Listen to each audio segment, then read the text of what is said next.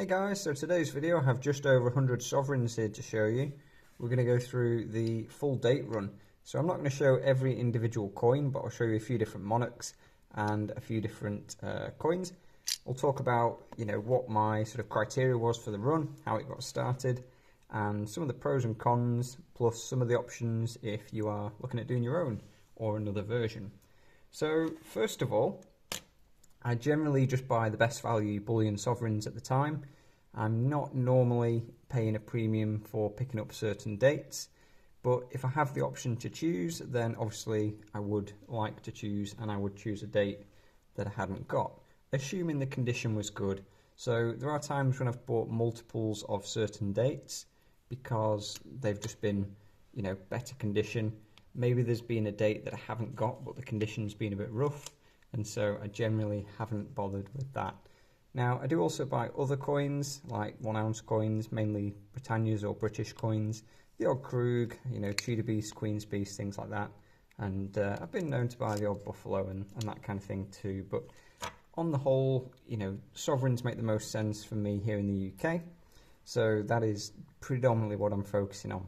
So for my run, I have every date that was made in bullion from 1871 up there all the way to 2022. So there are a few curveballs in there, and there's a few things that I'll just add in to give you a bit more a bit more context, if you like. So there were sovereigns minted from 1817 to the present day. Now, not every single year is available, and some were available in proof only. So for my run, I'm just sticking with the bullion sovereigns, and for that reason, it does make it a little bit easier. But also, it's not exactly 205 sovereigns, because some years, like the years with Young Victoria, from 1871, there were the Shieldback sovereigns and the George and the Dragon sovereigns. So you'll see here we've got 1871, 2, 3, 4 and so on. And in those years as well, there were shields too. So you really need an extra amount of sovereigns for those years. Now, I've totaled it up that from 1817 to 2022, including both of the 2022 coins, because again, there was the 2022 Memorial and the Platinum Jubilee. So they've both got a 2022 date. So I've picked them both up. Now, if you look back, there are obviously some years like where the Jubilee portrait was brought in, that there is again 2 sovereigns for that year, or 3 in some cases. So 1887, you could get the Jubilee with the George and the Dragon. You could get Young Victoria with the George and the Dragon, and you can get Young Victoria with the Shield. So a pretty busy year. Now, the coins that are in capsules here, they're marking like the change of portrait, if you like.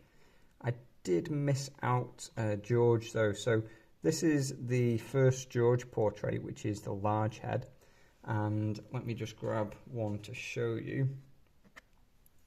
And then we have the small head. So I've done a video on that, so I won't go into too much detail here, but you can find that on the channel if you're interested. And just pop those back in there. And yeah, so some of the advantages of doing a date run: perhaps it will help with motivation, perhaps it will generate a bit more interest in the actual coins themselves, or maybe in history, maybe you just get a bit of fun from the hobby side of it. It's obviously good to learn, so by picking up different monarchs, different mint marks and things like that, I've learnt quite a lot about sovereigns on the way. And you're obviously buying gold, so provided you're not paying silly premiums, then it's still going to have an intrinsic value. And over time, if history is anything to go by, gold has done pretty well. For example, my first sovereigns were in 2018, around £230. So the gold price then was about $1,300 I believe, about £900 per ounce.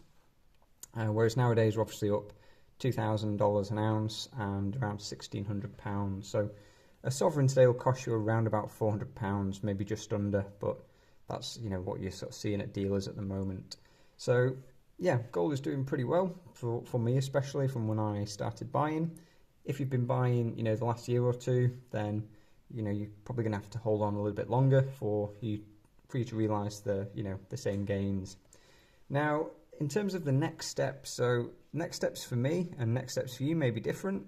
Maybe you're looking at doing a run, maybe you're looking at this and thinking it just looks like a crazy idea, you know, a bit overwhelming.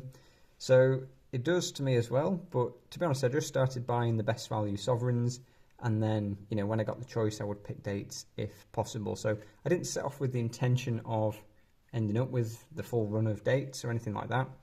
And like I say, there are the pre-Victoria dates, which in a good condition, you know, similar to these sort of coins here, you're going to be paying multiples of the actual gold price. So, you know, a couple of £1,000 to get a good example of the, you know, pre-Victoria sovereigns there. So I will go on to picking up the shields when they come available, and I will also carry on buying just good quality, best value sovereigns.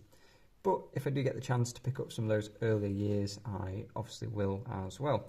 They're definitely on the list, but it's just, you know, just something a bit new to me, so I will see how we go there.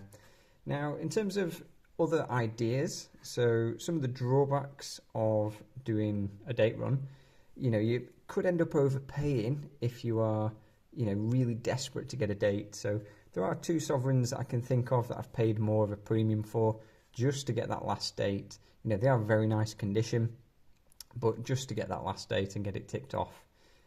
So I went with the one I was buying was a 1924 sovereign, and I bought the Melbourne Mint, which is a 270,000 mintage and change, but about 270,000. So a very, very low mintage for the time. And yeah, the fact that I've bought, you know, a couple hundred sovereigns and never had that date come up, not even seen it when I've been looking, you know, the last few months, it's just, you know, a bit more rare to see them come up in the best value. So I paid a little bit of a premium. Maybe in the future I'll get one in best value, and if I do, I could always sell the premium one, you know, just slowly at my own pace. So we'll see what happens there. But some other options, you could potentially look at doing a run of individual monarchs. So for example, the Gillick sovereigns, there's 10 available dates. They're generally quite good condition because they started in 1957. You know, these were never circulated. So you've got 10 available years. They're relatively modern, and you're not going to be paying crazy premiums to get hold of, you know, any of those dates. The 1957, the 1959, they do get, you know, a little bit extra, but, you know, we're not talking anything astronomical.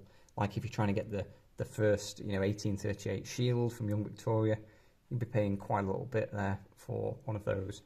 So some of the runs are quite short. You know, for example, the old heads, the Jubilee heads, you know, you've got like less than 10 sovereigns in the run. Same with the Edwards and the Machin portrait over here. Now, you could try doing that. You could try picking up perhaps some of the different monarchs. So maybe you'll just pick up, you know, one of Charles, the new king. Maybe you'll pick up one of Elizabeth's fifth head, one of the fourth head, one of the third, and so on. Maybe you will focus on the special years. So, like here, we've got some of the alternate designs that don't have the typical George and the Dragon on. So there's a few of those in the last few years. You know, you've got 2012, which is just down here. This is in the bottom corner here. You've got the 2005 there, which is just here, and a 2002, which is on the bottom left just here. So you could try doing that, you know, just pick up a nice George, a nice Gillick and Machin, and work your way up to that. So you'd have, you know, more variety if that's what you want. Great way of seeing the different colours and gold, not gold contents, but gold alloys over time and how the sovereigns look, those different colours. Before they turned into these coppery things that we have now. You could perhaps look at, you know, picking certain dates out that just appeal to you. Maybe you could have a look at doing a more modern run, so you could start where we are and work back, or just do what I did, you know, just start buying best value and kind of see where you end up. You know, just buying one sovereign a month would be 12 per year. There's, I think, 13 in each of these rows, so, you know, let's just say you've been buying for 7 or 8 years, you could end up with something like this, you know, this kind of amount of sovereigns without, you know, any great sacrifice, you know, all at once. So it's just trickling away, just building up nice and steady over time. Now, sovereigns in the UK are great, but in some countries, you know, it's perhaps advantageous to buy fine gold, where you don't have GST, like I think Canada and Australia. So perhaps if you're viewing from there and you are a bit more clued up than me, you could let us know. And yeah, some people do just like the look of pure gold because it's just a nicer colour. Some people like the bigger coins, so this is obviously a 1 ounce coin, whereas the sovereign is just under a quarter ounce. It's 0.2354 troy ounces of fine gold. So the old sovereigns, they do look pretty gold, you know, like gold should. But these more modern ones, they do look a bit more coppery. So I do understand why people don't like the modern sovereign. I'm going to drop that, so let's just shuffle that around. Yeah, you can see the coppery colour there. And I do understand why people aren't keen on these more modern colours. Some people like it, you know, maybe it's rose gold, not coppery, but for me personally, I just like the older ones. So I quite like George's. They're easy to get in quite good grades because, you know, they weren't circulated, or at least the later ones weren't. And yeah, the Gillicks are also quite popular. So it just depends what you like, really. If you're going to more of the, you know, Victorias, the older portraits, you know, some of them can be a bit worn and things like that, so you just have to be wary of that. But, you know, if you're just picking up best value coins at the best value price and you're paying an appropriate premium, then you should do okay in the long run. So another option for a run would be the half sovereigns. So there's just over 100 of those minted available years in bullion, and obviously half a sovereign, half the gold, and roughly half the price. So it would be a lot cheaper to do that run, perhaps. For example, in the 80s, you know, the 60s, 70s, 80s, there was just the 1982 bullion year, so no Gillick sovereigns in the halves, and just the 1 year for the Machin portrait. So, you know, it would speed things up and also make it cheaper. So for me, perhaps I will look at doing halves as well, but I do, you know, I don't tend to hold on to halves. If I end up picking them up for a good deal, then I would often just swap them out to full sovereigns after a little bit of time. So yeah, some of the drawbacks, like I mentioned, you know, it does take a bit of time involvement searching for the dates and mint marks and things, and maybe it'll just be a bit annoying to you if it's a bit tedious. So if you just want to stack gold, you know, just buy the best value, just buy the ones that you like. You know, if you like certain years, just stick with those, and you'll do okay over time. And like I say, if you're somewhere else, you know, maybe sovereigns don't make as much sense, then I'd probably stick, if I was in, you know, Australia, whilst there is quite a few sovereigns over there, you know, they were minted in 3 different mints there. The 1 ounce Perth mint coins, you know, they're pretty nice. I'd be quite happy stacking those if I was based down that side of the world. So, hope you enjoyed the video. Plenty of other videos on the channel, and any questions, drop them in the comments below. Look forward to hearing what your stacking goals are, and we'll talk soon.